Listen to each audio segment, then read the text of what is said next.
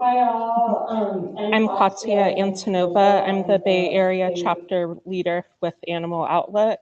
Welcome to our virtual panel discussion centered around Christspiracy. I'd like to welcome very happily Cam Waters, the film's co-creator and main character, Matthew A. King, the president of the Christian Animal Rights Association and author of I Will Abolish the Bow, Craig Wesco, pastor of Creation Care Church and leader of Christian discipleship group Swords to Plowshares, and last but not least, Stephen Lee August, author of Vegans versus the Verses and vegan activist. I wanted to first thank Cam so much for helping to create this film. It had a profound spiritual impact on me and on so many people. And I wanted to thank you for initiating that important question. Is there a spiritual way to kill an animal? Obviously, there isn't. And I wanted to first have you start our discussion and start off with telling us, what do you think was the hardest part of filming and what challenges came your way? Because obviously there was surveillance and I'm sure there was quite a bit of hostility, unfortunately. So if you could please speak on that. For sure. Thank you so much to everyone who took the time to watch the film for this event, first of all. And I know if you just watched it, you're probably feeling a lot of stuff. Mm-hmm. So I'll try to ease my way into answering this question. Also, Katie, I don't know if you can mute on your side because I can hear myself coming back through the speakers out there. Um, so yeah, what was the hardest thing? I mean, filming, I guess probably the hardest part was just facing the brutality at moments in the way animals were being treated, especially at the God of My festival, that sort of thing. Um, and Kip and I just, had to go into what we call justice mode, which is just, we don't have time to get sad or afraid or anything because the animals don't want us to be sad for them. They just want us to capture this and help and do something. So that part was hard. In fact, we went and did an animal sacrifice filming even before that one, and it was my first time ever seeing something like that. I grew up hunting and fishing and all of that, but there was something about the sacrificial ritual that was a lot different. And the first one we did was before that in Calcutta, and the challenge with that, again, talking about filming challenges, was that we used spy glasses to do a lot of this work early on because there was a lot of we were in Kolkata at the Kali temple doing their filming their ritual sacrifice, and there was a lot of like kind of danger, I guess, to that element. So we went in and I had to face, multiple goats getting killed, and there were babies crying in the background, and I couldn't tell the difference between the baby crying and the goat crying, but I had to watch because I had the glasses Mm-hmm. on. And Mm-hmm. and then the crazy thing was when it was all over with, the glasses actually didn't work. So I spent this whole time taking this all in, and we had to go back and film again. So there was a lot of that kind of stuff. But ultimately, nothing was as hard as stepping away from Netflix. I think that was probably the hardest part of the whole journey. In a lot, it was at least a year's worth of time from like making that, or really just having our struggles with them. And then, I don't know if people know this, but Netflix and Kip and I had a contract to put this film on Netflix, but they wanted to edit parts of the film out specifically around like the Nazarene story, and some other aspects, and we just wouldn't do it. So we had to buy our rights back and do a Kickstarter and all this. And that was like from the time that we had clashes with them over them wanting to edit to the time that we were actually able to release in theaters was a couple years. So that period was very challenging because we just had to have a lot of will and faith and hope and everything that this was still gonna mean something and that we were making the right decision. So that was probably the hardest part, really, over over everything. Um, but then at the same time, it's been so cool to see it continue to make impact and everything, and all that stuff was worth it. So Yeah, for sure. That's actually a question that somebody had, and I apologize for any sound from my end. I'm streaming live at the Berkeley Animal Rights Center. Um, but that's actually a question that somebody really wanted to ask you is why Netflix wanted you to edit certain parts. Was it just the around the Nazarene story, or were there other things that they're like, oh no, this is too much? Yeah, it was a combination of a few things. I would say the grand picture was that they wanted to make the film a lot more vanilla, if I could use that word, would probably be a good word for it. They seem to, because we actually, tried to work with them on their feelings, and they we even let them kind of make their own edit. They hired a team to make their own edit, and we watched it back, and it was like kind of like a David Attenborough meets like yeah, like an Animal Planet, and then how religions love animals, and then a little bit of like how they don't always, Oh, and how wow. there's some hypocritical stuff. And so, that was a big challenge too, because it was like, well, I mean, the other films before this, Cowspiracy, What the Hell, Seaspiracy, they're nothing like that, and they're all on the platform. But I think they were really nervous about pushing any buttons on or too hard. They mentioned something about the Dalai Lama. We mentioned him briefly. All we did was quote an article about him, eating meat. But even that much, I think, was weird for them. And then the big one that was, discussed a lot was this whole Jesus the Nazarene and bringing Nazareth into question and the origins of that movement and does it really serve the story and so we just yeah we know that we had to stand our guns on that one because that's to us the 2,000-year cover up is who the Nazarenes actually were, what the original movement really was about and how it relates to this topic. It's a huge part of the conversation, which we only really scratched the surface of in the film.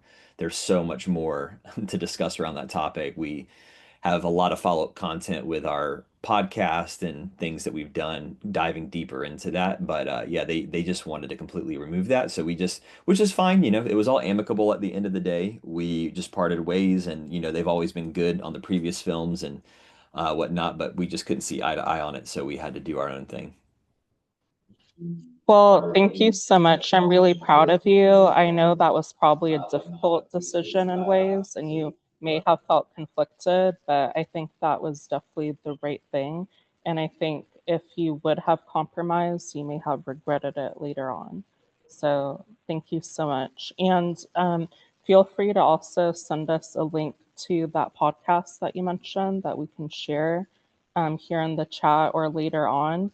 Um, Speaking of which, I was also talking with Craig Wesco, who's on here, the pastor of Creature Care Church, and he made a whole write up and video backing up claims made in Christspiracy, and he wanted it to be shared with everybody as well. So we'll happily share that too. Um, yeah, thank you very much. I know that you're also a talented director. Are you working on a project currently? And if not, what are your plans for your next project? Yeah. So my big project right now is I'm a new dad. So Oh, thank you. congratulations. Thank you. I had a little boy recently, and that's been a whole learning process and all of that. Really exciting. His name's Eden. Go figure. Um, but as outside of that, I'm still kind of catching up with being a director. Even though it was a 7-year process and then a little more with the whole release and all of this, I kind of stumbled my way into film because, as you saw in the movie, I was originally a gospel musician, and it was this question that really drove me into filmmaking. And I was, making my own music videos and playing and learning the technical aspects of filmmaking earlier than meeting Kip, and storytelling and all that. But it was really meeting Kip that was my first big, I guess learning how to actually do the art form in a particular kind of way. And then since then, I've done a lot because I, make all the content for our social media and all of that. And so I'm promoting the film all the time. That's the main thing that I'm doing still, is just creating content to continue to promote the film. But I do have a project that's in the works. That's a more long form documentary format project. It does follow along with this theme. Uh, and I'm really, really excited about it. I guess I can give a little teaser about it. It's loosely entitled The Moses Scroll right now. There's some other names, but that's what we keep sticking with. And it's about a document that was found in the 1800s before the Dead Sea Scrolls, which we briefly mentioned in Christspiracy. They're documents that were found in the Holy Land by the Dead Sea that just completely disrupted biblical scholarship and everything about the Bible. And it talks about some of the themes that the Essenes and Nazarenes and these connections that we make in the film kind of came to light through some of those documents being found. This one that we're making the movie on was one that was found almost 100 years before those, but it was passed off as a forgery. And because of the finding of the Dead Sea Scrolls and the work of a number of scholars that I'm working with, it's pretty much vindicated now that it wasn't a forgery, that it was real. And the reason why it's important is because it would be the oldest biblical manuscript ever found. It's the book of Deuteronomy, basically, which is in the Old Testament where all the animal sacrificial laws come in. But this version doesn't have any animal sacrifice in it at all. And this corroborates with a lot of what we discuss in Christspiracy and again in the extended content and lectures that we have about the Nazarenes. So it's a pretty big deal. It's a really, really big deal. But this film is going to be about those scrolls because they were so suppressed. And the guy that found them was again, going into the 2000-year conspiracy, the guy that found those and tried to sell them to British Antiquities, he was found dead by suicide within a few months after presenting them, and the scrolls have been lost to the actual manuscript has passed through hands, and the whole documentary and what we're filming is trying to trace it down and figure out where it went after that moment and what actually happened. So it's like part Christspiracy in a way with the content. It's part almost like murder mystery in a trippy way because of this guy's story.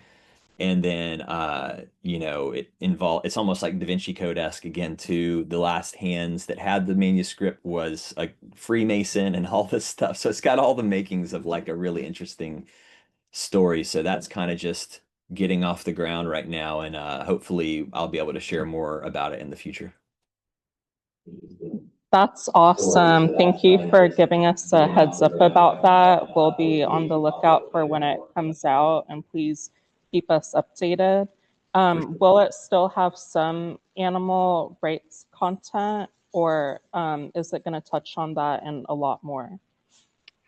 A little bit of both, because it's going to go into this Nazarene movement and the origins of it and everything, and why, if Jesus was so against the temple sacrifices as we present in this film, where did that come from? And so this will help paint the picture of the history behind that, which ultimately, without getting full into like animal rights content quite in the way that this did, where we're talking about like direct action, modern day activists and that sort of thing, it'll be much more scriptural, but it'll be important to have this discussion because, as I'm sure people in the crowd may be having their own questions about, like, well, what about animal sacrifice and all the other parts in the Bible where animals are being killed and all of this stuff?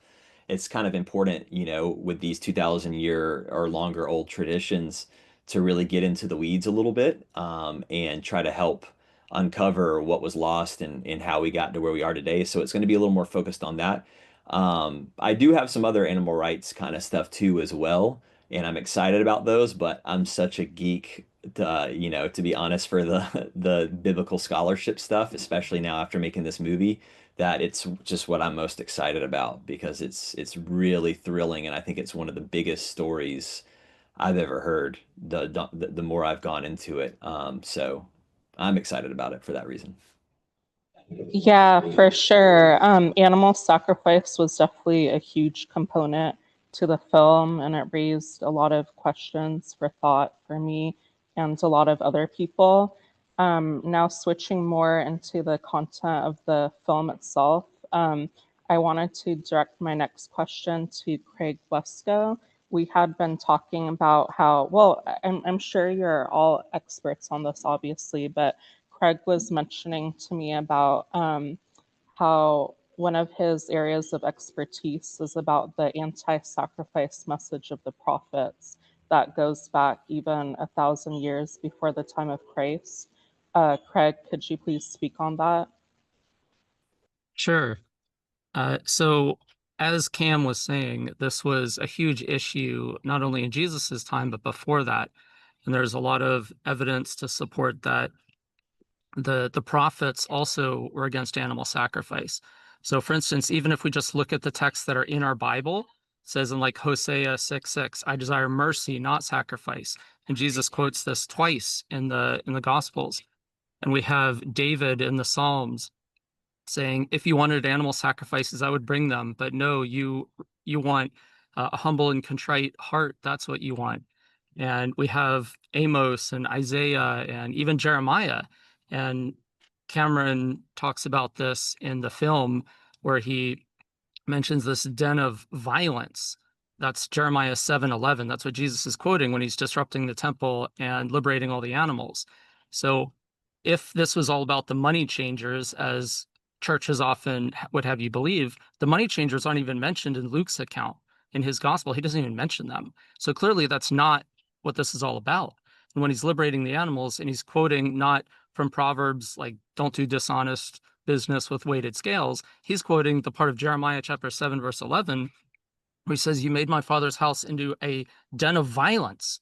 And then in chapter 8, he says, you think you're wise because you have this Torah of Yahweh, but your scribes made it into a lie. And then in also in chapter 7, he says, you did not command animal sacrifices when he brought them out of Egypt. So he's basically saying all these parts about animal sacrifices in the Torah, in the Bible, aren't actually there. The lying scribes added them in. And then there's all these passages in like 2 Chronicles 34, 2 Kings 22, where it says that Jeremiah's father, Hilkiah, found this older scroll in the temple, which I'm assuming Cameron probably thinks that's the Moses Shapiro scroll, which I think it was probably something similar to that, where it didn't contain animal sacrifices. That's the one thing Jeremiah is explicit about. But whatever it was something that was earlier than what we find in the biblical texts. And so we just look at the message of all the prophets and all the things that they say that are against animal sacrifice. Then we compare what Jesus said, where when he was literally quoting them, when he's disrupting the temple and liberating the animals who are being sold for sacrifice, it's pretty clear to me that he and his disciples were in alignment with what this prophetic tradition, and they were against this priestly form of animal sacrifice.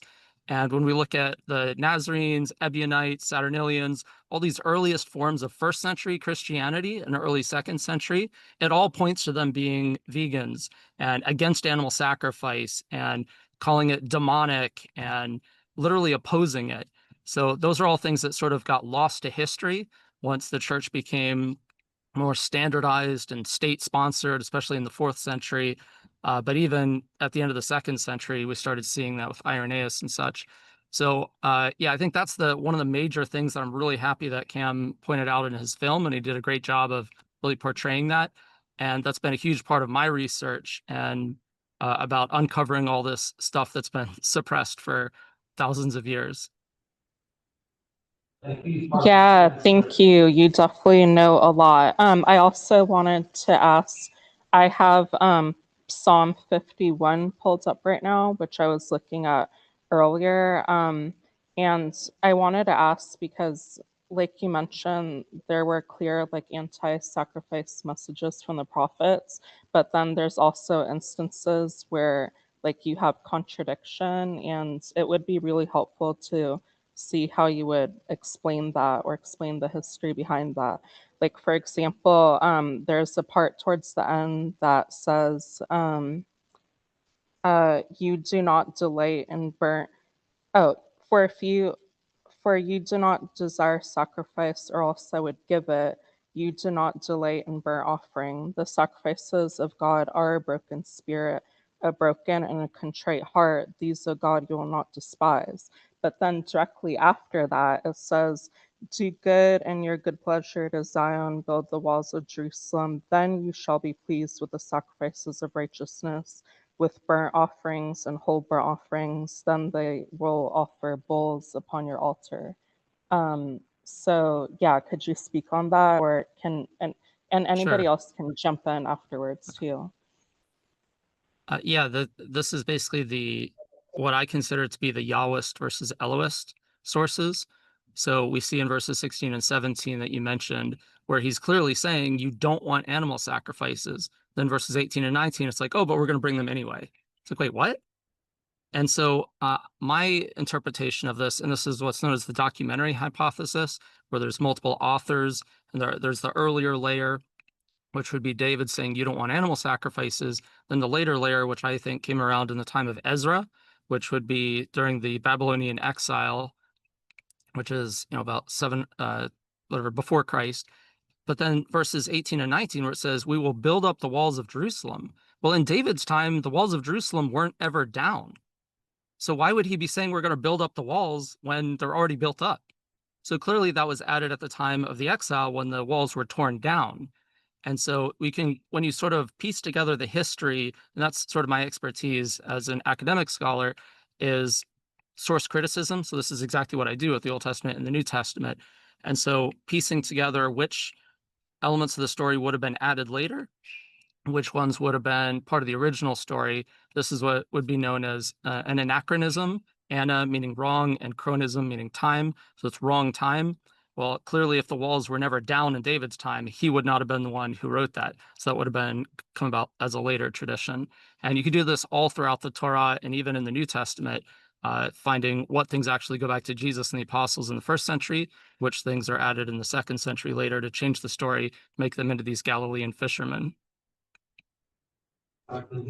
Wow, thanks. Yeah, that's even kind of creepy. Like, why, if that part really is true, then why would somebody like go in there and pretend to be David and change what he allegedly wrote? That's very interesting.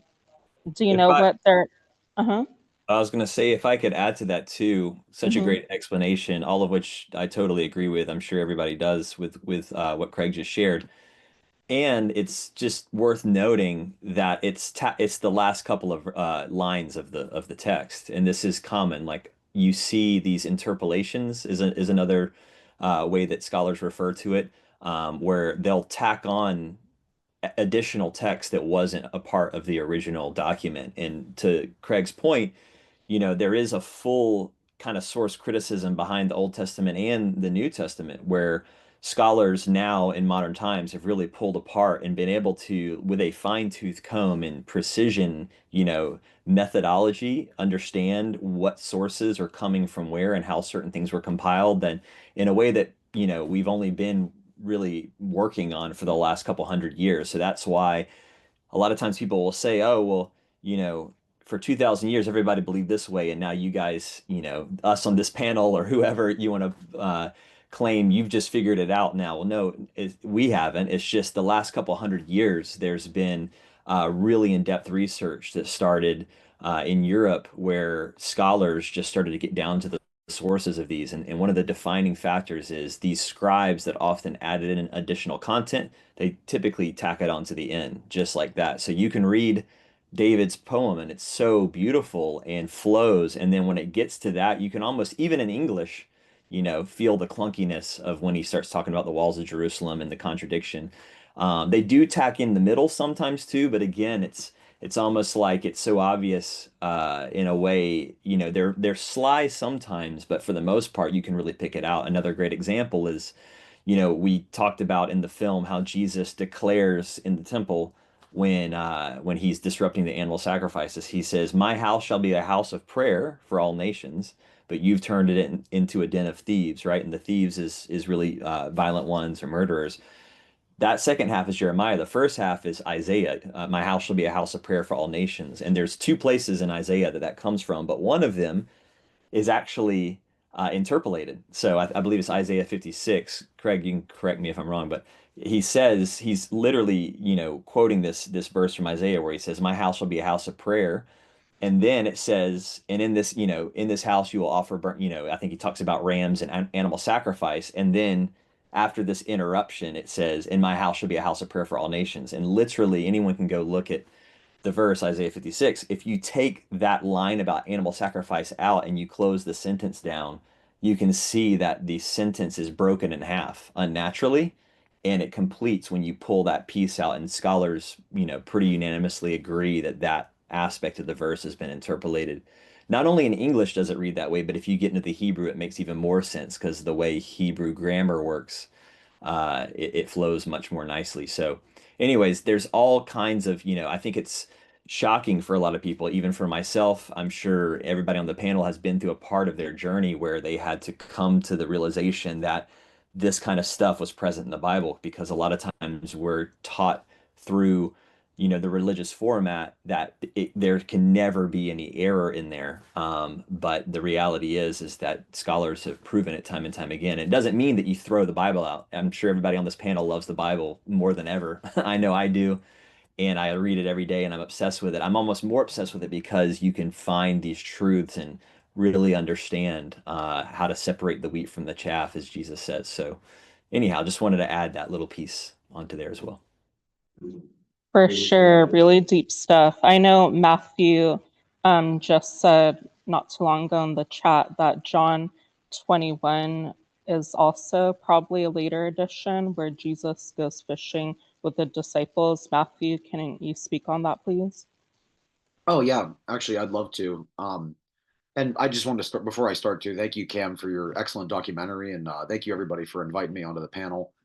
And John 21, actually, yeah, it's got an interesting history too, because like Cam mentioned, there's a lot of evidence that the Bible has been tampered with over time, and it's actually very obvious with I'd have to peel back a little bit, but John 8, John 7, I can't remember the exact verses, but it's John 7 and 8. It's known as the pericope adulterae, which is that's where it's the famous story. If you've ever watched like a movie about Jesus or read the Bible, that's the famous one where Mary Magdalene is about to be stoned, and Jesus comes over, and it's an awesome story. But Jesus comes over and says, "Hey, he who is without sin cast the first stone," and then everybody walks away after that.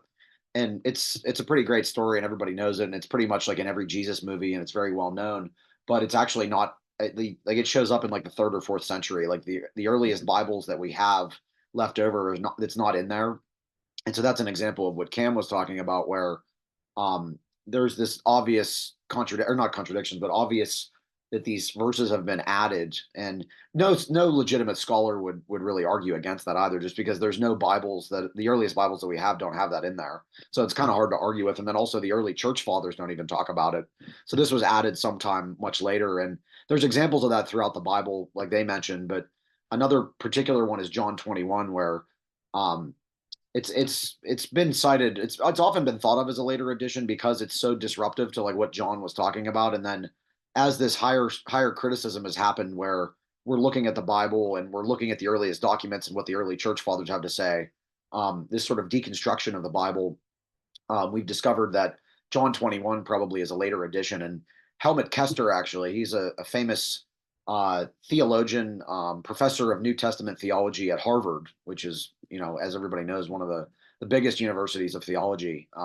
He said that John 21 was a later edition, and there were 6 different points about why it was a later edition, but the biggest one being that there's a few early church fathers that don't talk about it, and then also it kind of just doesn't make sense either, because the biggest thing is like in the Gospels, Jesus tells Peter, "Hey, you're now a fisher of men," like as in like he was a fisherman, and then he turned him away from being a fisherman to a fisher of men, meaning like an evangelist, and then all of a sudden Peter is back to fishing again. And so it kind of just doesn't make sense with John 21. Like, how did this happen? And then also, like Cam mentioned too, that a lot of times the tacking on, like sort of like you can see these verses at the end of a section, and you can tell that it's kind of disruptive and it doesn't really flow with the rest of it. And that's exactly how John 21 is, and it's the last chapter in the book of John. And so it's very obvious that that was probably a later edition. For sure. Yeah. And Steve, I know you're definitely also an expert on scripture, especially with your No, book. think of me as the Vegan fast food versus- scripture guy. No, I'm nothing like these Really? guys. These guys are intelligent. You're definitely intelligent and impressive too. I mean, even your book, Vegans versus the Verses, which I definitely Thank want to you. read as soon as I can. Do you have anything that you wanted to speak on and add regarding the anti-sacrifice message of the prophets? Well, you know what? Well, first off, Cam, thanks. To anybody who's watching, I know there's a bunch of people out there. I can't see you, but if I could, I'd see you guys are all sitting there probably in awe of the great documentary you just saw. I highly recommend it. And if you think that's good, you got to go check out Cam's stuff on YouTube. Just Google him and see him giving a defense for his movie. If you think Christspiracy went deep, when he starts getting into the defense of what he's did in that movie, oh, it's amazing. It's great. Dude, you have grown so incredibly. I just sit there. I'm having more fun with your YouTube videos than oh, that's a slam. I shouldn't say it like that. Sorry. I hope it didn't sound like that. Not at all. I have a lot of fun with it. It's my Christspiracy was a labor of love. I spend a lot of time now. That's what I was saying earlier is my big project is it's just promoting the film and clearing up all the disagreements and the, retaliation from people trying to disprove the film. So yeah, there's a lot out there for that. Thank you for the compliment. I appreciate it. Oh, great stuff. You guys get to do, I'm going to say it like this. You guys get to do what I would consider a deep dive. When I talk to Craig and we've done some videos and Matthew, and when we do these things, all of us Bible geeks, we get to go into a deep dive and look at all this stuff. But the difference I think that I'm experiencing is I'm the guy who's in the streets. I'm the guy who's doing a cube of truth, holding up a TV set with slaughterhouse footage. I'm the guy that handcuffs myself into the gates so that the slaughterhouse truck can't get through. I'm the guy that's sitting at a table at a college. I don't have a 90-minute documentary to explain my point of view. So when it comes to all the things that we've just been discussing in the first few minutes of this panel, where you guys are saying, well, we could, this wasn't in the Psalm 51. This was in the documentary hypothesis, which you even say that to the average Christian, they're going to go, what the heck is that, man? They're not going to. So I think what I try to do is just operate from what they already accept and what they already believe. And I don't have the luxury of time to get into, well, in, the Hebrew Matthew, it's different than your Greek Matthew that you're reading. It just isn't going to work. And if I even introduce something that's different, that's asking them to look at the Gospel of the Essenes or something like that is like asking them to look at porn. They're just not going to do it. So I have to work within that, within their paradigm of what Christianity is. And unfortunately, that's typically Easter and Christmas, and they give money every week. That's about it. But they know they believe in God. So I try not to introduce those things. And that's difficult. Do you find that you spend a lot of time not dealing with what you wanted to do in there, but defending these outside sources or defending these additions, saying, well, the Bible's not accurate. This thing was added on. Well, this wasn't really there in the original. Do you see what I mean? Am I making that clear? Guys, am I doing that Totally. right? Totally. I mean, I can answer to that. I totally hear you. I almost have I think all of us in our lives have different relationships with people, and with this friend, you do these things, with this friend, you do these things with certain family members. So I'm kind of similar with who I talk to. Like, I know if someone is going to be just spun out if I talk about some of what we just talked about. I won't go there. I just talk to them about, Eden and the kingdom of heaven and simple things within the scripture and, the golden rule and keep it as simple as possible. Absolutely. Or just deploy, discussing ethics and philosophy even more so over scripture. But I'd have found that with a lot of Christians, especially nowadays, funny enough, I think in the last 10 to 15 years with just, I don't know if it's politics or culture or what, but there's a resurgence in a certain kind of Christianity where people are taking, you know, there's almost even a flow from like, Protestantism is the big Christianity in America, right? And there's this flow of Protestants moving to Catholicism and Orthodoxy. And so they're starting to study church fathers and getting into all this stuff. So I have found that sometimes I have to go there, and every now and then it spins people out. But if you know the right way to talk to them, these people want to get into the weeds a little more. So different things for everybody, I Yeah. guess, is my answer to that. Gotcha. Yeah, I also wanted to say I see Craig has his hand raised. Craig, did you want to say something or ask something? Sure. I wanted to speak to that point.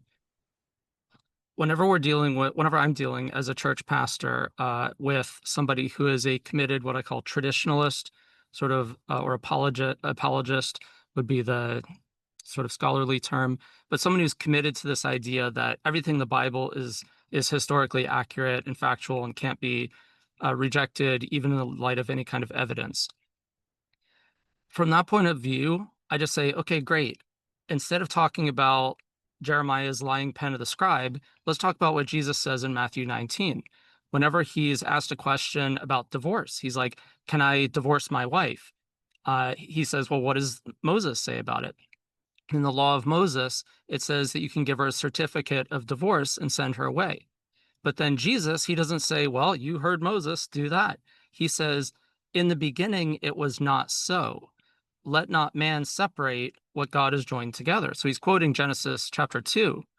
And so why would Jesus be doing this? Where he's saying, don't look to the laws of Moses for God's ideal, but instead look all the way back to the beginning before the fall. And that should be the ideal that we should strive for. And the reason that he cites, he says, because of the hardness of your heart, Moses permitted it. So when it comes to how we treat animals, especially when it comes to our diet, in the beginning, Genesis 1:29, he says, I give you the fruit of the tree and the plants of the ground, that shall be your food. And in 31, he says, and he saw everything and it was very good. So he calls this entirely vegan, plant-based diet very good. But then in the laws of Moses, we see, at least in this version of the Torah, that Jeremiah would call the lying scribes. But even if we want to say, no, this is all accurate, that's where we have the sacrifices, the permission to eat animal flesh, and all those kinds of things. So if Jesus is saying those things were only given to you because of the hardness of your heart, but I tell you, don't look to those things as the guiding principles that you live by. You have to go all the way back to the beginning of creation, the things that God calls very good. And so whenever somebody sort of comes at me from that perspective, where they're like, I'm not going to acknowledge any sort of questioning of the Bible, I say, great, let's listen to how Jesus tells us how to read the Bible. And so from that perspective, it's like, are you doing what Jesus is saying? To go back to the beginning to find out what our diet's supposed to be, how we're supposed to treat animals? Or are you looking to these sort of permissions or loopholes because of the hardness of your heart?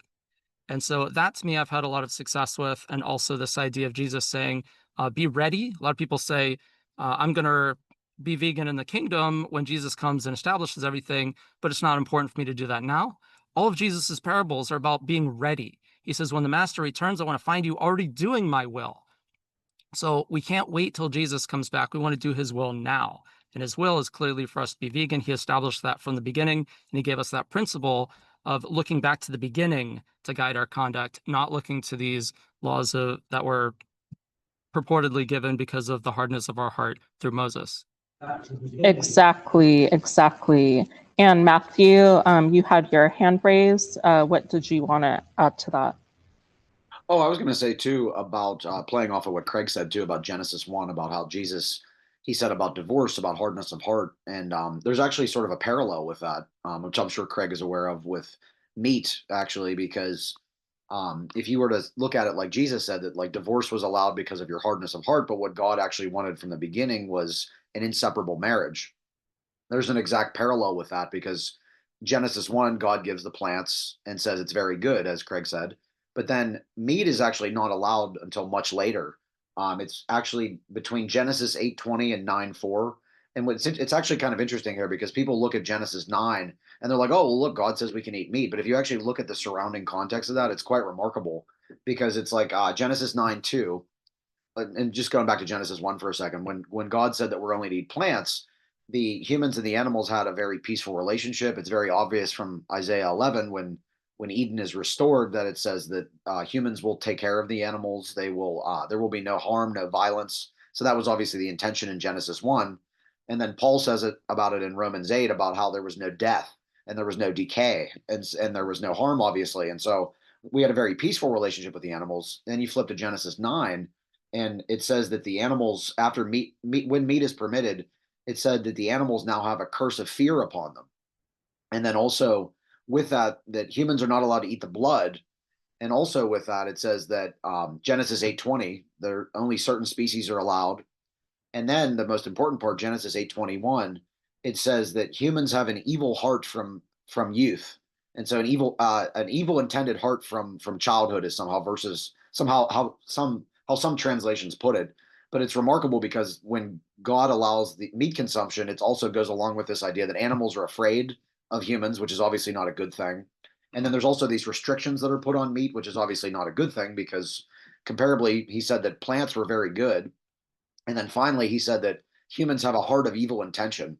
And so this is obviously a very big condemnation about all of this that goes on with meat. So it's obviously something that's not supposed to be looked at as a good thing. Yeah, speaking of me, a huge issue, and I'm sure you've all experienced this, is the number of mistranslations in scripture. And I know, Matthew, I had emailed you and asked you about the part in Luke, at least in the King James Version, that is unfortunately still used by quite a few churches, where it talks about Christ appearing to the apostles after his resurrection, asking, "Have you any meat?" Could you speak on that? Oh, sure. I think is that Luke 24:41-43, I think that's the passage where Jesus is offered fish and honeycomb based on some translations. And the KJV, I think you asked me, you said the disciples or Jesus asked the disciples, "Do you have any meat here?"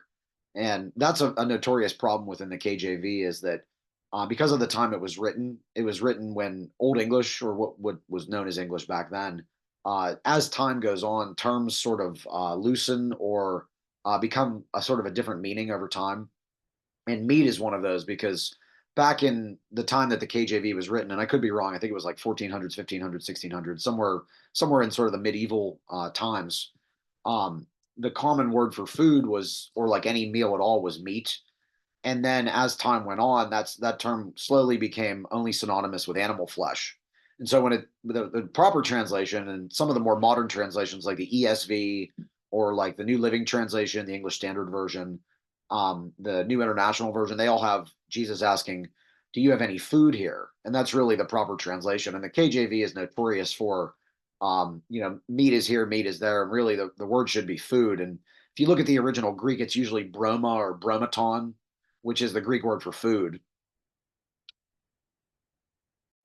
Okay, awesome. I wanted everybody to hear that because I feel like that's a huge issue. And I know not too long ago we were on the subject of talking to Christians about animal rights, and not only that, but just spiritual people in general. Steve, I know that you're definitely an expert on this, being really hardcore about street activism. Yeah. Could you please give us some tips on how to have really difficult conversations, especially with people that we have close relationships with, like pastors or priests or monastics, where we don't want to step on their toes, but we still want to be like listened to and, speak up? That's really hard to do with the people you know, because if it goes bad, you still got to deal with them in your everyday life. If it's family, friends, and whatnot, that stuff, it's almost easier to do it with total strangers. I would say, if they are family and friends, I already know what they believe. I've been brought up with the family who's Christian or the neighbors, whatever it may be. So I already know their paradigm of what they accept. And I will work within that boundary. I'm not going to try to get them to accept, I would almost say this, instead of trying to prove that Jesus was vegan, for a starting point. I'm not saying he wasn't, but I'm like, I want to work where they're at. I just want to take where they're at and build from there maybe later on. But my first vegan inroad is going to be, you believe it's okay to eat meat? Okay, let's say it is. But if you have, and this is my clobber question, okay, this is one I use all the time, but if a Christian has a choice of food that comes from animal abuse or sexual molestation or food that doesn't, what should a Christian choose? That would be the way I deal with the family because it doesn't argue that they can't. It doesn't make me look like I'm, slapping them in the head because I know more about Bible stuff than they do. It just makes them look at their own ethical thing and say, well, Steve's living a long, healthy life. He's 64 and he's in the gym 5 days a week. He can live with just plants. So I have a choice too, like Steve does. And if it comes from bestiality or animal abuse, or it comes from compassion and mercy, I'm a Christian. I should choose compassion and mercy. And using mercy is another great word to do it because it'll allow them to keep their, let's say, human supremacy. And like, well, you're superior, but shouldn't you offer mercy to the lesser things? In other words, you're being kind, you're being merciful. It's touching at their ethics more so than just trying to out-Bible them. Did I say that good? I always ask. Oh, yeah, for sure. And what are your recommendations for dealing with difficult feelings when you're promoting animal rights and veganism, like feeling that you're being labeled as a heretic or like, yeah, things like that. Mhm. I accept the heretic label. That's why I call myself the vegan heretic, because I stand out against the normal way of things. And if standing out against the normal way, if compassion is standing against the normal Christian paradigm, then yeah, color me heretic. And when you say it like that, it puts the attack on the ethics. That they're like, Mhm. well, wait a minute, all we're criticizing Steve for is he's showing compassion to animals.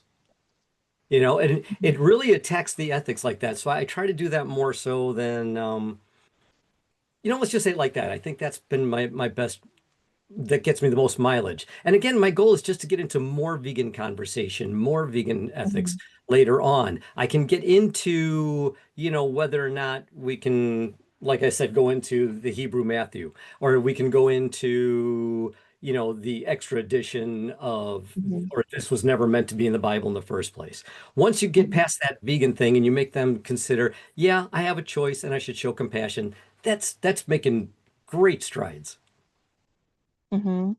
Yeah, I had to deal with a difficult situation fairly recently, which is why I really appreciate the suggestion.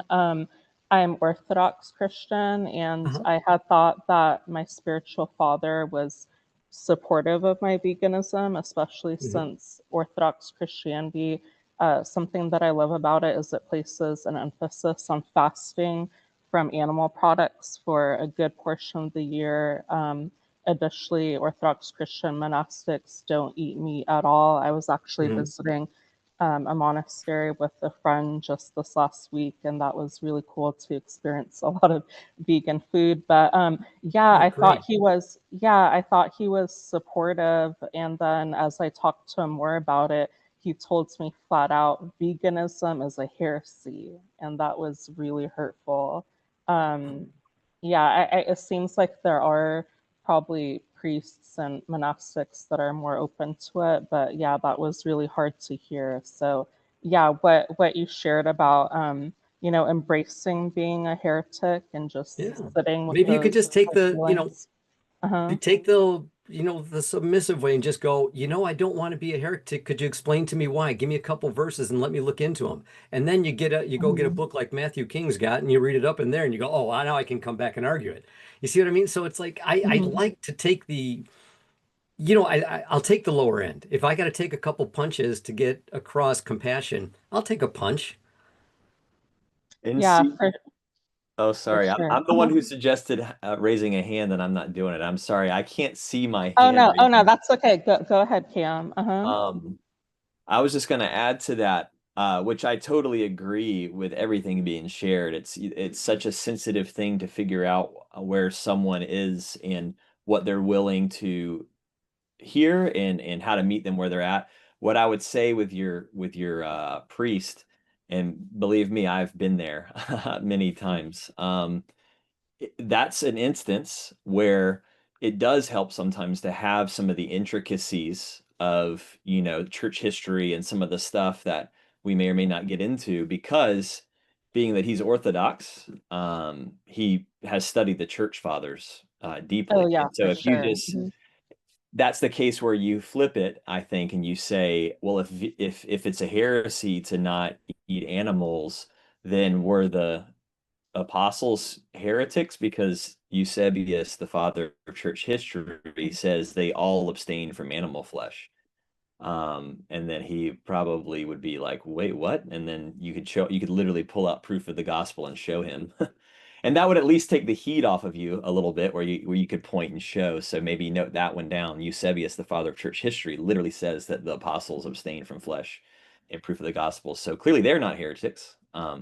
So that would be one of those instances where some of that knowledge does help. It's such a balance. I tend to want to be the person who really does just want to talk ethics. It's so much simpler and irrefutable. But sometimes people in these situations do need a little bit of that extra knowledge there.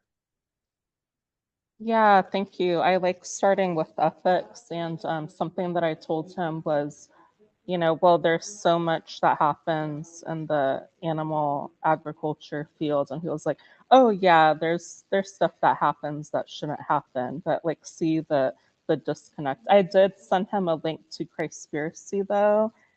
He didn't respond, but he also doesn't respond to some other emails as well, depending on the situation. So I don't know, but yeah, hopefully he watches it. Do you guys have, and Steve, as a activist who speaks a lot face to face with Christians, you might be able to speak on this too, but do you guys have advice for like getting churches more involved with animal welfare, or like starting an animal welfare group within churches? I mean, Matthew started a whole Christian Animal Rights Association, so that's awesome. That's not something I've had any luck in. That's a Craig and Matthew question, because I get asked, I'm lucky enough to get asked to go to a lot of small Bible study groups where there's groups of maybe, sometimes it's only 4 people, sometimes it's 10, typical home Bible study. But to get into a church means you're going to have that pastor say, yeah, it's okay for you to come up on stage and tell everybody they're eating products made from sin. It's not going to happen. So the smaller groups I can kind of get into every now and then, but how to get into a church, ask Matthew or Craig. I can't, I wish I knew the secret way to do that. Yeah. In fact, Craig has his hand up. What did you want to share? Yeah, first I wanted to point out it's Eusebius Proof of the Gospel 3.5 is the passage that Cam was talking about, where he says all the apostles are vegan, in case anyone wants to look that up. I did a talk called Evidence for Veganism in the Early Church, where I provide dozens of those passages, both in the Bible and in early church history. Now, about getting veganism into the church, there's been a couple of strategies that I've seen as being most effective. If your church is a church that observes Lent, which occurs once each year, usually for around 40 days or however long it is, and that's where people give up something for this period. And that's a great opportunity to say, you know what, you should give up animal products for this time of Lent.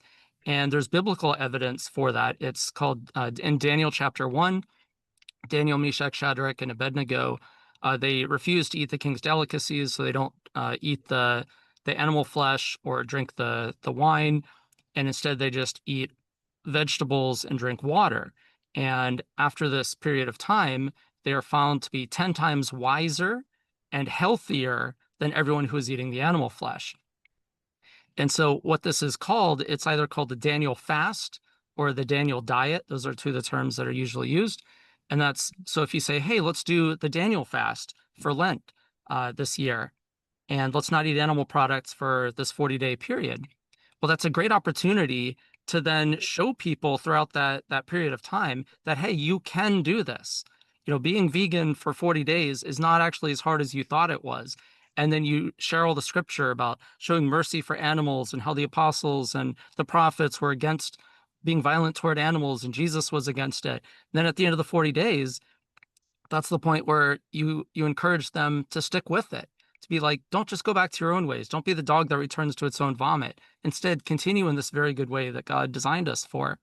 And so I've seen that as being one of the most effective ways to get veganism into the church.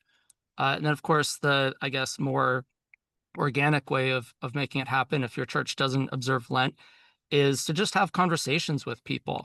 I always say God plants one vegan in every church with the intention of it spreading throughout the church. So if you're that vegan, then educate yourself on these topics, have conversations with people, take advantage of the work that Cam's doing, that Steve's doing, that Matthew's doing, that I'm doing, and learn from us. I run a vegan Christian discipleship school where we go over all these objections that people make using the Bible to reject veganism. And so I train you. I give you a 7-page study guide. We do a 2-hour Zoom call. I post these on the internet. I do hour-long sermons each week with a 30-minute Q&A. And so there's no shortage of resources. You can reach out to me, or I'm sure any of the other people on this panel, and we'll be happy to direct you to these resources and equip you so that if you have these conversations, it's okay to say, I don't know the answer to that, but I know someone who does. Let me get back to you. And then you get back to them days later, a week later, and I'm happy to provide you with all the resources. Take advantage of my expertise and the other people on this panel so that we can help you. We want to be the experts that we can have those conversations. If you don't feel like you can defend veganism on biblical grounds, great, we can. That's what we do for our living. Like that's our life. We've devoted our lives to this. Use us. For sure, for sure. And Matthew, you wanted to speak on that because I see your hand too. Yeah, I was going to say the most effective strategy we've had actually, a lot of times churches will have, especially Catholic churches, they have what's known as like a day of St. Francis where they bless animals. And we actually were just at a Methodist church like 2 weeks ago. And what we started doing was we have like a pamphlet about what we're all about. And then as we sort of like do a blessing of a dog, usually a dog, we'll give them like something saying like, hey, this is, you can write their name and it said like, I was blessed today, and then give them a pamphlet as well. And then it has that information in it from us. And we'll have like Christian Animal Rights Association, or pamphlet says like, don't go to rodeos, don't go to zoos, or, and then it also says like a plant-based diet based on Daniel, Genesis 1.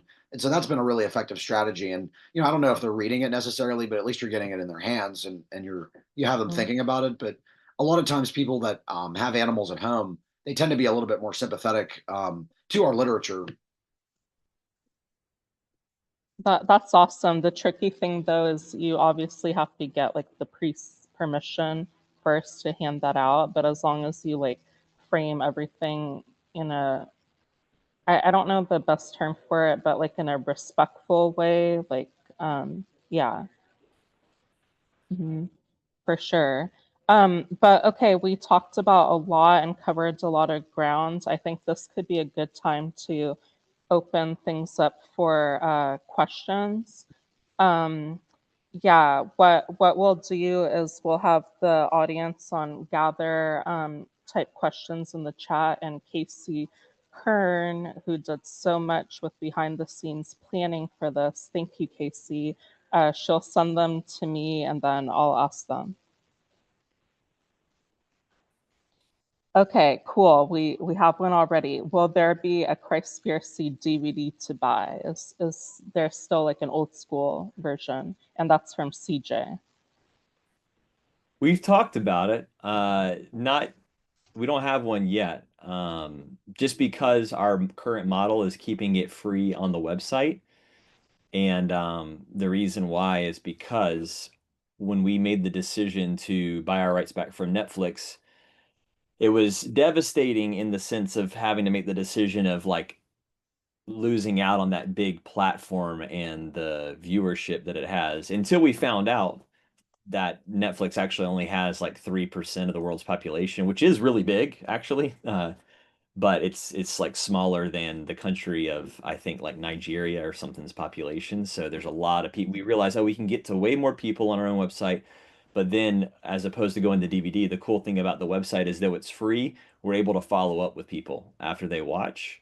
And people always have questions. They always have things that they're thinking about. It gives us the ability to follow up with all of this free material on, transitioning your habits and everything. And so we just right now we're really happy to keep it the way that it is, because it keeps it just as accessible. Pretty much everybody's got a smart device of some kind that they can watch it on or whatever. So that's the goal for right now, but maybe one day. Yeah, and I love your website, by the way. I love that you have a community too. They have a Christspiracy community, so you guys can check that out. Steve, I see your hand. Did you want to add something?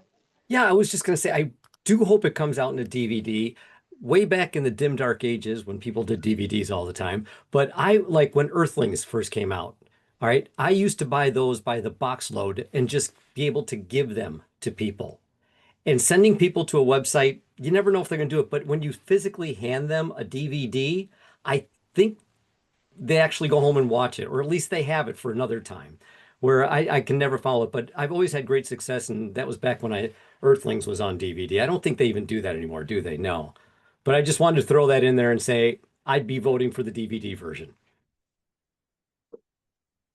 Yeah, we'll discuss it. One of these days, we're probably going to put it on YouTube at some point, Amazon, all of that.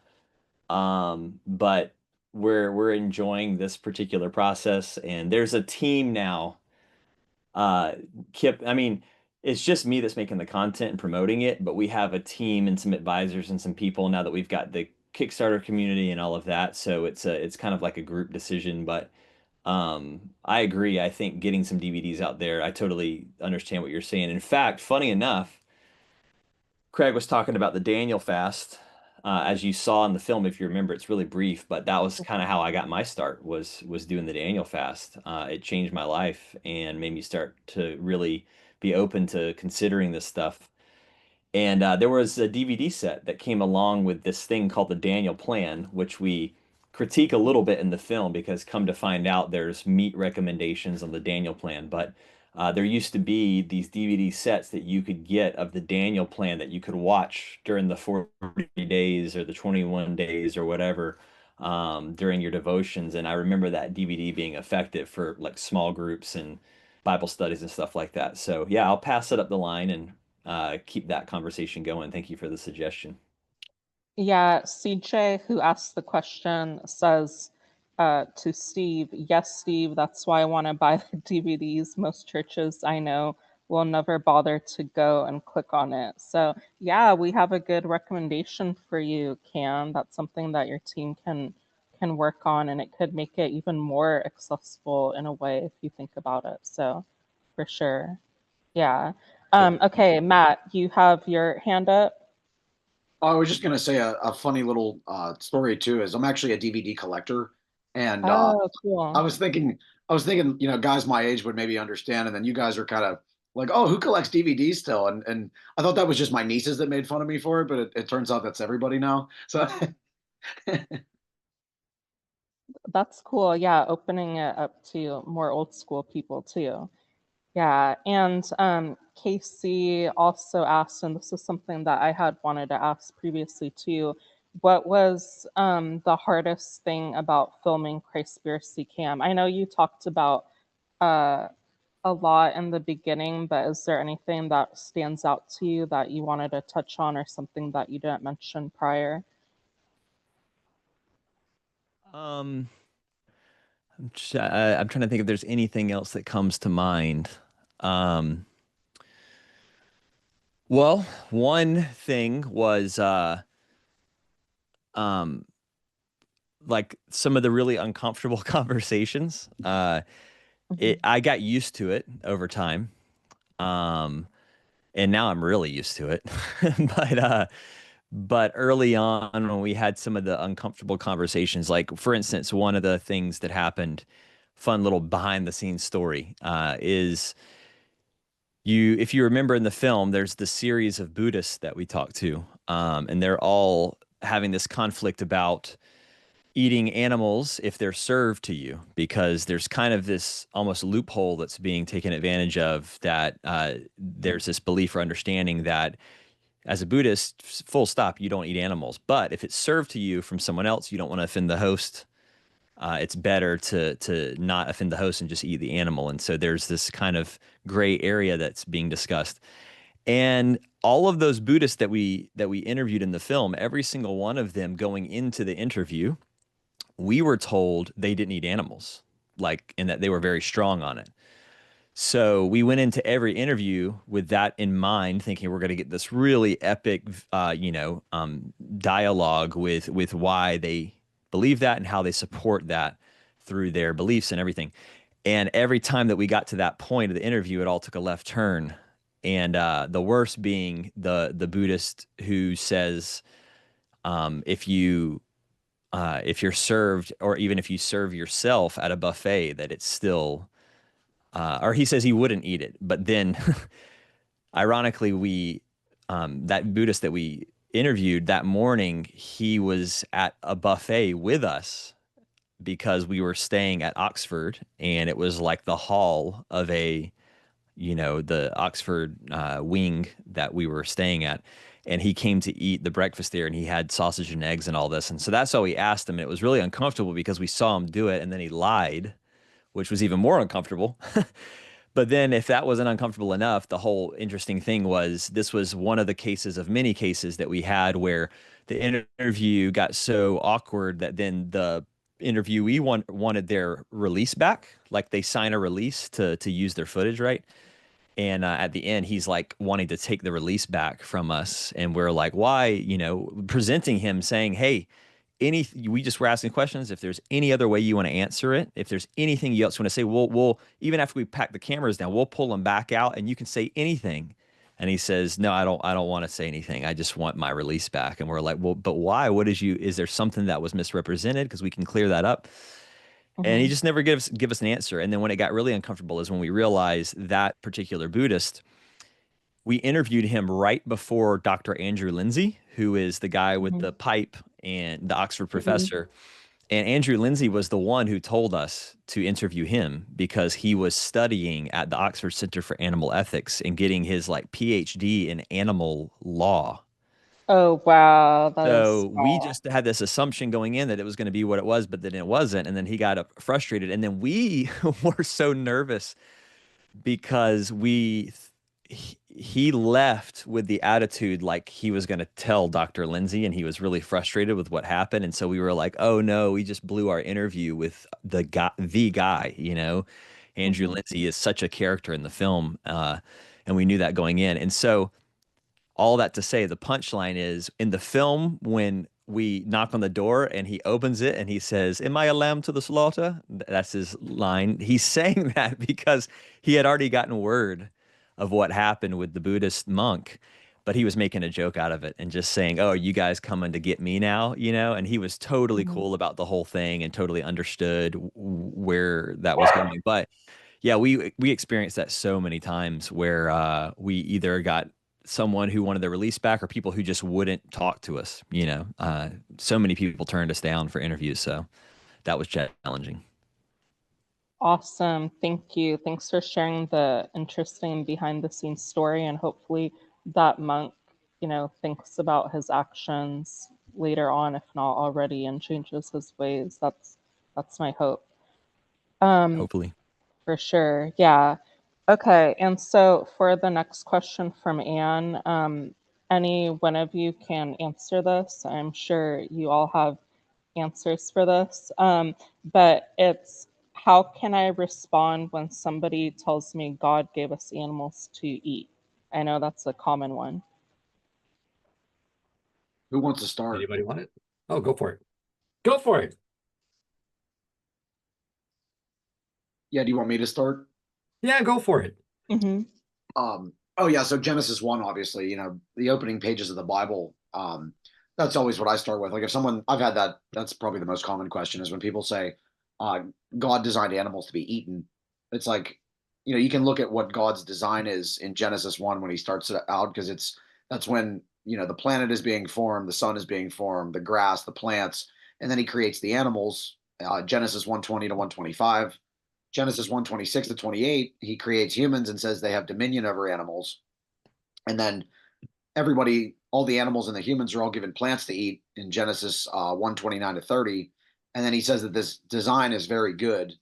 And so it's obvious that animals were not designed to be food.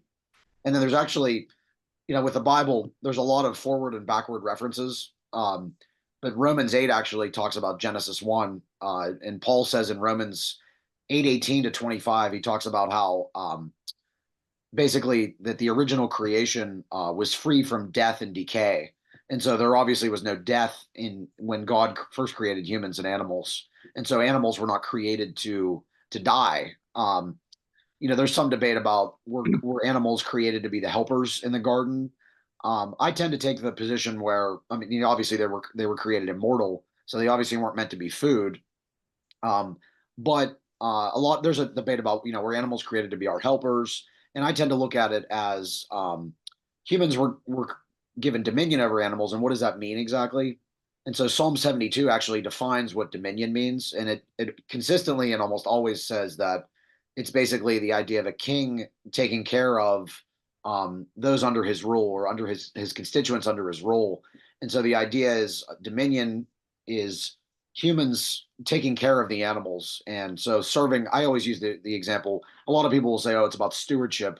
And I never thought that term really made any sense, because the only thing I know the word stewardship is like an airline steward, and so you're like kind of like what, like giving people chips or something. So to me, that word never really made any sense. So I always use the idea of service, or servanthood is really what dominion means. And Jesus actually said that too about, he talks about the greatest in the kingdom is the servant. And that's really what dominion means too, is that God created humans to be the servant of animals. And so anything that they need, it's our job to look after them and make sure that they're content and they're happy and they're, I came here to be served, but came here to not to be served, but to serve. And that's the idea too, is that we are the servant species, as Andrew Lindsay puts it. And so anything where we're exploiting animals, that's not a part of God's original template and design. And and I also wanted to mention too, I'm a little bit hoarse because I was Steve can relate, but I was protesting yesterday for like 12 hours. So and I also wanted to mention too that Steve, you downplay your intelligence, but I wholeheartly disagree. I think you're very intelligent, but regardless, I don't think the other guys will mind me saying that you definitely have the best hair out of all of us. No question. For sure, and it looks great. Yeah. Don't make me pull my man bun down. Dude, I'm just Me happy either. that here I am in my 60s that I still have hair. Looks That great. is a miracle given by God right there. So I wake up every morning, I go, I won, I'm done. I can lose it tomorrow. I made it this far, good for me. Your All hair right. was God's original design. I'm going to build off what you said with Genesis chapter 1 to answer that, because I love this stuff. I love sitting here with you guys. It's like this Yeah, is the you dream too. team. This is great. I like let's go attack the Vatican. Come on. But to anybody, if there's activists out there listening, and I'm assuming some of you guys are activists, and I'm assuming that somebody in the audience, huh? Oh, I think we all are, every one of us on the panel. And a lot of people. There's got to be a number of you that are atheists. And if you could just get beyond that just for a moment, I'm not actually saying, am I want you to be a Christian? Oh, absolutely. To me, I'm a Christian vegan. Christian first, then vegan. I'm vegan because I'm a Christian. But I'm not here to try and convince you about that. What I want to convince you, though, is that if you can just learn what Matthew talked about from Genesis chapter 1, I mean, just say, phooey, I'm going to learn it, because it's going to allow you to defend veganism when you talk to Christians like us. And especially when it comes to questions like this, did God give us animals for food? Everything he said from the beginning, I would build on by going, you could always ask, where did they say that? But then I would say, no, he didn't. In Genesis chapter 2, God said it's not good for man to be alone. And what did he do? The next sentence, he made woman? No, he made animals. And anybody who's lonely, who has a pet dog, knows just how much companionship an animal can offer somebody. That's what was going down in the Garden of Eden in Genesis chapter 2. So no, God made animals for companionship. He didn't make them for consumption. So that would be the way I would argue it if I'm doing like some activism. But again, if you can learn a little bit about Genesis and what he said, even like with dominion, God gave us dominion, but in the very next sentence, he gave us vegan boundaries on the dominion. There's so many little things like that in Genesis chapter 1 and chapter 2 that are just a gold mine for your activism. So just bite the bullet and learn some of the religious mumbo jumbo that guys like us all believe in, because it's going to help the animals in the end. It really is. Yeah, and Matthew A. King just said in the chat, dominion best defined is wolves and sheep will live together in peace, and leopards will lie down with young goats. Calves and lion cubs will feed together, and little children will take care of them. That's from Isaiah 11:6. That's beautiful. Yeah, I'll definitely save that for reference. And Craig, you wanted to add on to this too?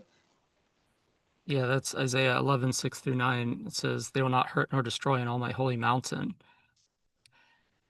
Yeah, so basically with that idea that God created animals to be food for us, if we continue in Genesis 2, he gives Adam the task of naming the animals. Well, what do we do in animal agriculture? Well, we don't do it, but in animal agriculture, they tell their children, don't name the animals because that creates an emotional bond. You just want the animal to be a number so that when they're sent off to slaughter, you don't, it doesn't impact you emotionally. But if you name them, like you name your companion animal, your dog or your cat, then that's like a someone, not just a something. So the fact that God already created the categories of animals, he said, the birds of the sky, the fish of the sea, the cattle of the earth. So that's not the task that he gave Adam, was to name the categories. He gave them the task of naming the animals individually. That creates that emotional bond. Or as Steve said, it's that being those azers or those helpers. So that's why animals were created. A lot of people point to the dominion, which Matthew already addressed. Clearly, if the next words out of God's mouth were "be vegan" in Genesis 1:29, clearly dominion in God's image and likeness is being vegan, not the opposite. So that's easy to defend. The other one that people point to is Genesis, the end of Genesis 8 and the beginning of Genesis 9, where he says, just as I gave you the green plants, I now give you everything. And a lot of people say, see, this is where God changed his mind. Now animals are menu items. Well, if you read the rest of Genesis 9, he mentions 5 times that his everlasting covenant is with all of the animals. Well, if they're just menu items now, why is he making covenant promises with the animals? That doesn't make any sense. So if you read it more carefully, he says, just as I gave you the green herb, I now give you everything. Well, if we go back to Genesis 128 and 129, or I'm sorry, 129 and 130, in 129, he gives the humans all the fruit of the tree that has seed in it and all the plants of the ground, that shall be your food. Then in 130, he says to the animals, the green herb of the ground, that shall be your food. So who's he talking to when he says, just as I gave you the green herb, I now give you everything? He's not talking to the humans, he's talking to the animals. And so he's telling them, you can now eat all the fruit and all the vegetation, just like I gave the humans. Then the very next words out of his mouth are, but don't eat the flesh and the blood, because that's the life. I will hold you accountable, anyone who eats the flesh and the blood. So he's saying, you can eat anything, just don't eat any flesh and blood. Don't kill other creatures. So I I think love this is that. one thing that people get super backwards. Those are the 2 passages people point to more than anything about justification for God gave us animals to eat. And both of those, if you just read the text carefully, it's the exact opposite, where actually those are 2 of the strongest arguments in favor of being vegan rather than rejecting veganism. Awesome. And can you please put those passages in the chat so Casey could share them with the gather audience? I would love to see them as well. Yeah. Matthew, you wanted to add? Oh yeah, I just wanted to add too that it's actually really cool because Steve and Craig had mentioned, and I didn't think of it at the time, but another thing that's really cool about it, and this is kind of between the lines, and you'd have to really sort of like know the Hebrew or know like precedents in the Bible to really understand it, but it's really cool because Steve mentioned about how the animals were created to be our friends, and I think Craig elaborated on that, but it's really interesting because in Genesis 2, God says to name the animals because you might be asking, well, he didn't specifically say that animals were our friends, so how did you get that? But in Genesis 2, God says to name the animals, and then later on in the Bible, actually, God names several people. Like God named Abram, he named him Abraham, and Sarai, he named her Sarah. And so this idea of naming in the Bible has a lot of significance, and it's not just and that's exactly what we do with our animals at home is we name them, and elaborating on what Craig said, but and it's interesting because God named Abraham, and then he says in James 2:23, actually, it says, Abraham believed God, and it was counted to him as righteousness, and he was called a friend of God. And so that's where, because God named Abraham, he considered him a friend. And in the same way, we name animals and we consider them our friends. And so that's obviously too that animals were never created to be killed, nor were they created to be, commodities. They were created to be friends to humans. For sure, for sure. And Cam, you wanted to speak on that?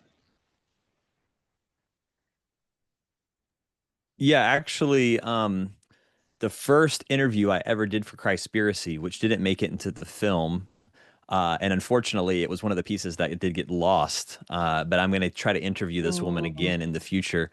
She studied under Rabbi Winkler, who is this famous rabbi who traveled the world to learn through and with other cultures, and in a way he was doing his own kind of which is very rare in Judaism, but he was doing his own kind of spreading or sharing of the message of of his faith. And he found that he's got a book on this. He found that every time that he went to these really remote areas of the world, um, because he's a rabbi, they would put two and two together and say, "Oh, you need to speak to our shaman or our wise teacher or whatever," in these different tribal communities. I mean, he went to like Papua New Guinea and all these other places. And he wrote very specifically how when he hung out with the shamans, he often realized that they had practices just like ancient Hebrew, what he calls like Hebraic shamanism, or the true the oral tradition version of the faith before it was even written down.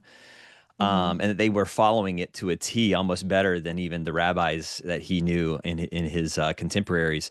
And one of the key pieces is he said that the way they use animal totems. I'm sure you're familiar in Native American kind of lore and everything. This idea, he said that there was this oral tradition that's passed down, and I think some of the extra canonical writings from the Jewish faith and commentaries talk about this, that the animals are created before humans in the creation narrative. And in fact, human personalities are a culmination of all the animal personalities in one.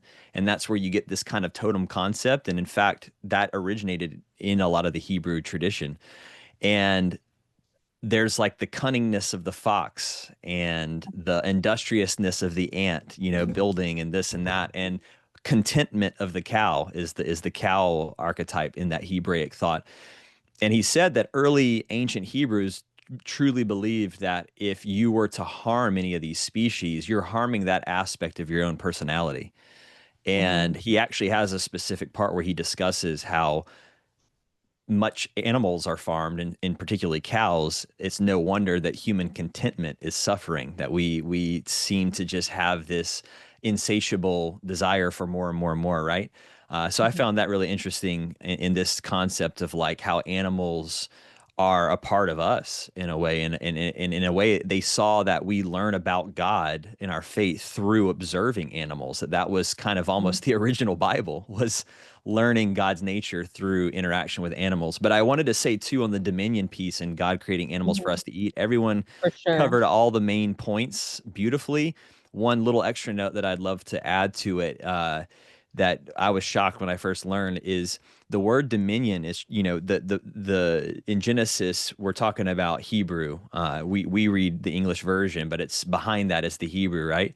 And that word, yeridu, is what's translated as dominion. And for, centuries to millennia now, that word has been known to be from the root word radah, which has more of this tyrannical kind of nature that you have control over. When in fact, if you look at the Hebrew letters of the word radah next to the word yeridu, there's a letter that's wrong. The way Hebrew works, and even English in a way, is root words share the same letters, but radah and yeridu are wrong by one letter. However, the word yarad, which even sounds similar to yeridu in English, it's the true matching root with yeridu.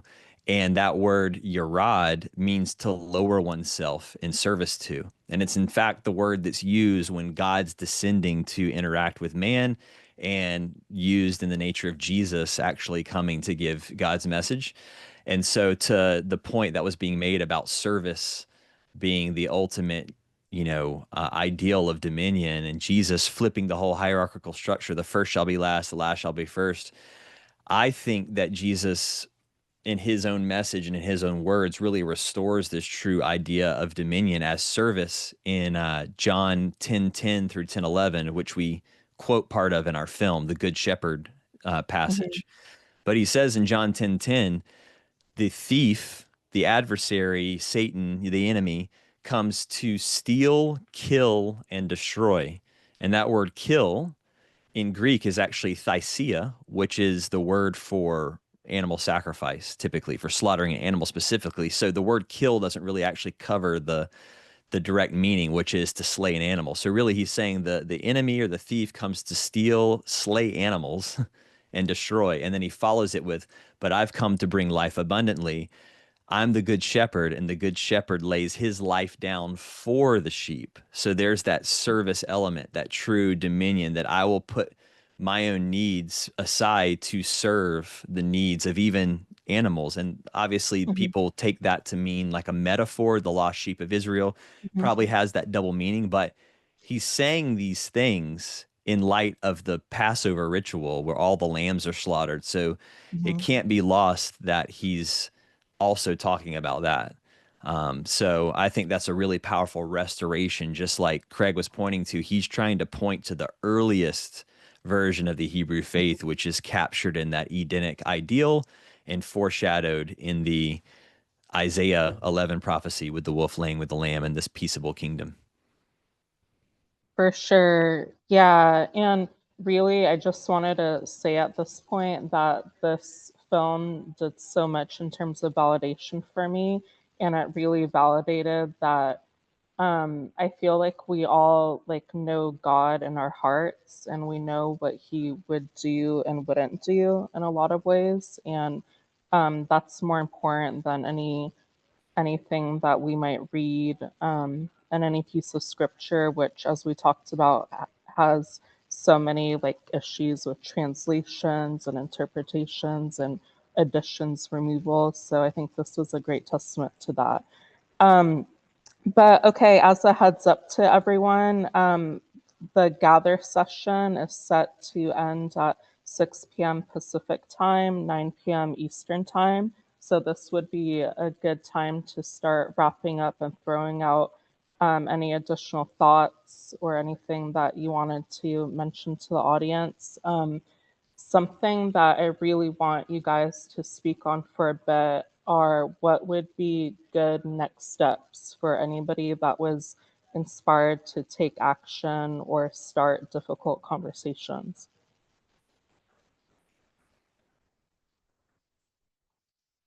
Who would like to take that on first?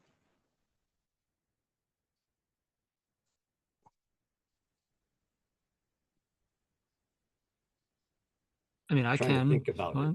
Yeah. You go for it, Craig. Well, as I was sort of alluding to in one of my previous comments, all of us here, I think, provide a lot of resources. Maybe we can each speak on what some of those resources are. If you go to s2p.org, so it's the letter S, number 2, letter p.org, that's my personal website where I link to all of the work that I do. And I have it categorized where I have a section of vegan passages in the Bible. So if you want to learn the Bible from a vegan perspective, there's 100 places to start.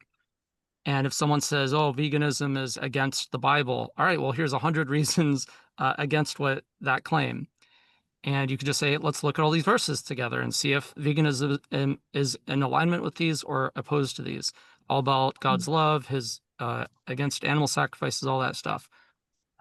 I also run a vegan Christian discipleship school, and I have the Zoom recordings and the study guide for each of the 16 lessons, and I have 24 more lessons planned. So if you want to learn in-depth study guides with dozens of scripture verses, how to defend against all the objections people use, trying to use the Bible to reject veganism, I'm there to equip you. You can join the sessions or watch the things afterwards. And I have a link to all of my sermons or my live talks that I do. I've done 175 sermons on God's love for animals and this role of stewardship that he created us to have over the animals. And each time it's 30 minutes of a talk and 30 minutes of Q&A where you can join and ask your questions. And so I have all of these resources and more, and I'm happy to point you to those things to help you. So if you want to learn more, even if it's just wanting to get a little bit into it so you can have these conversations with Christians, great. That's a great use of these resources. If you yourself want to dive deeper into it for your own sake, or maybe you want to get just a lot better at it, great. But at least if you familiarize yourself with what we're doing, then you know where to direct people to. You know, even if it's just you meet a Christian, you have a conversation, you go, hey, you know what? There is this vegan pastor who is on this Christspiracy panel, and he was talking about this dominion thing. I don't feel confident enough to speak on it, but let me direct you to his resource where he provides a study guide and does a Zoom class and gives a sermon on this topic. And so then just directing people to our work or learning from us so that you can do it yourself is even better. And so I would say just look at the stuff that we're doing to make yourself better equipped to have those conversations with people. That's where I would say is a great place to start. More specifically, I did a talk on evidence for veganism in the early church. You could find that on my YouTube channel or just searching it on YouTube, Creation Care Church with that title. That'll give you a whole bunch of evidence for the early church being vegan. And then I also did that Christspiracy review if you wanted to look at all the evidence to support most of the claims that they made in the film. I'm sure Cam has his own stuff to do that, but I wanted to do that from my perspective to show just how well researched this film really is, and just to show that the claims that are being made are actually consistent with biblical scholarship, with historical evidence. And I support, of course, what Cam's doing, and that's why I direct people to his film. But then also, he can only scratch the surface in a 2-hour film or an hour and 40-minute film. And, you know, I've done hundreds of hours of material elaborating on all these things. So if you want to learn more, there's no shortage of resources to do that. Yeah, inspire people to look more into stuff and to explore. I think that's really huge. Steve, would you like to add on that? How to inspire people to take next steps and take action? Yeah, okay, definitely. As I said, YouTube Cam stuff, that was a great source for me. Craig has got 100, 200 hours of every subject in the Bible out there. Matthew has an amazing book that's how I met you, was when you first came out with your book. And of course, well, here, I'll do it too. Grab my book. If you're an animal, oh, look, this is fun. A bloody knife on a Bible. If that doesn't make everybody hate you. If you're an activist, though, and you want to learn how to deal with a Christian who comes to you and says, oh, God said we can eat animals, or, you know, Jesus ate fish. Each chapter I got in that book it's less than a 15-minute read to get you at least feeling comfortable to navigate a conversation with a Christian that eats animal products. And like I said earlier tonight, you're not always going to be arguing that you can't. You're going to be arguing that you have the Christian responsibility of choice, and you shouldn't. And it's so effective. It's been wonderful for me, and I think it'll do great for you. You don't even have to read the first part of the book. That's all about me. So it's really stupid a waste of time unless you want to know about why I look this way. But you can find me. I just like Craig, I got a YouTube channel. I've got, over 100 videos on there. A lot of them are long form where I will try to pick apart other preachers that are online, and they claim that animals are for our eating, for our abuse, and that it's totally permissible. I go through that, so it's a long form video, but you'll find something in there. Just surf around, grab a cup of coffee, surf around, enjoy it. Check out Matthew's book when you're, well, I know we all know where we read books on, but we won't talk about that.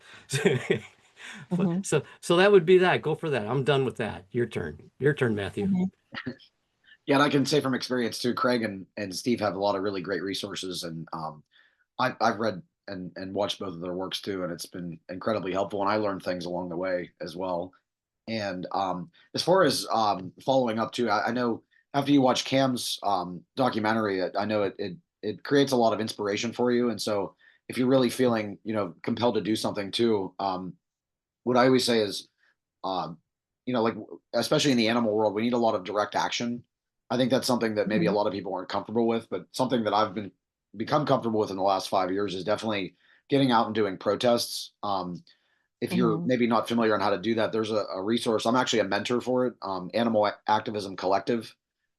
They do a lot of great work. I should say I'm part of it, so we do a lot of great work. And if you're a Christian that needs a mentor, we have a couple on staff. I'm one of them. And so, we can help you with that. And then, getting involved with campaigns, that's definitely the most effective way to bring change for animals. Like even this year, we got Omni Hotels to drop foie gras We've had several wins through this network that we have all throughout the United States and even the world. And so I definitely recommend signing up and becoming a mentee if you need help, or getting in touch with your local AV chapter, Anonymous for the Voiceless. And then also my ministry, we do a lot of work as well with that, like direct action. We do a lot of work in politics. We've got several ordinances waiting, and one we're working on this December. Hopefully, it will pass. And then I have several books. I Will Abolish the Bow is probably my most noted one. It's mostly like the argument, like it's basically the straight up argument for veganism in the Bible, which is a heavy focus on Eden and the new earth, and then sort of what would Jesus do. And then my sequel was Pride Goes Before Destruction, which is sort of, it takes a look at the Bible, and like as we were talking about, sort of the later editions and how you can sort of talk to Christians about maybe John 21 isn't like a legitimate section, and there's a lot of evidence for that, and maybe Jesus didn't eat fish, or things like that. And then the other thing was and I also host, the biggest thing I wanted to say too, I've been hosting a show since 2024. June 2024, I started. It's called the Peaceable Kingdom Hour, and I have it's about an hour long. I do it every 2 weeks, and I talk about different subjects that are really popular within the church. And I've had a big focus on denominations lately. So I've been talking about, like, how do you talk to a Quaker, or how do you talk to a Catholic about animal rights or veganism? And so that's been really helpful, I think, for a lot of people. My latest episode, my Quaker episode, actually, my wife said it was her favorite. So I was like, hey, 47 episodes in, I finally got her favorite. So it was good. Yeah, and what's interesting about that too, I think all of you may already know this, but I know in England, the RSPCA, that was founded by a Quaker, so there's a cool connection there too. And it speaks to, what we've been discussing this whole time. I would also say too that people shouldn't pigeonhole themselves. I feel like we have all these different talents and gifts, and just whatever you can do, anything that you're good at, any idea that you have, or something that you're inspired to do. There's so many ways you could get involved for animal rights. If you have an idea, feel free to reach out to someone at a nonprofit who's working on a similar project. If you're into music, create music promoting animal welfare. If you love filmmaking, make a documentary. It may not be as good as Christspiracy, but there's so many ways. Put out pamphlets, put out posters educating people about animals. You could even make your own posters and material. Just speak out, and there's people that can mentor you and help you along the way. Definitely get involved. There's so many organizations out there, including Animal Outlook, which I'm a part of. And then Cam, is there anything that you want to add about next steps for being involved? Yeah, for sure. So anyone who's listening who is maybe not even, fully convinced by, I don't know if there is anyone listening that's in that space, but you're maybe somewhat moved, curious after watching the film. All of these resources, I recommend everyone on this panel. I'm super inspired to be a part of it. And so be sure to check out everything that's been mentioned. To just maybe go down the path a little bit further on that. When it comes to things like actually making transitions with your food intake or what you consume, we do have a meal planner that's free. It's 30 days that you can get through our email list. So if you sign up on our website, you can get that.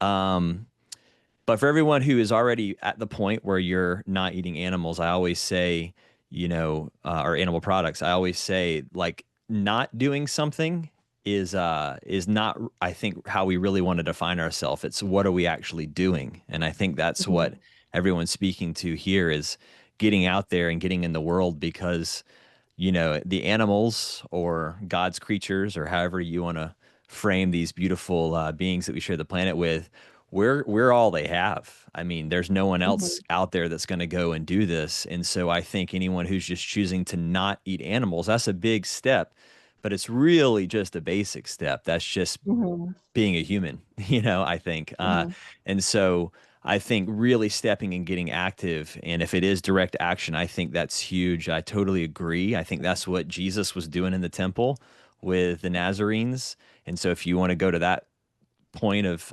getting involved with some of these folks who go to vigils or go to slaughterhouses for protests or whatever, I think that's huge. But to your point as well, I agree that using your talents in all the different ways, there's so many ways to get creative. You can do social media, you can do so many things to just get the message out there. As for how to get involved with Christspiracy, just share the film. If you're moved by it, continue to share it. Tell everyone you know. It's free for them to watch with an email sign up, so the barrier to entry is still pretty low. So just share the message.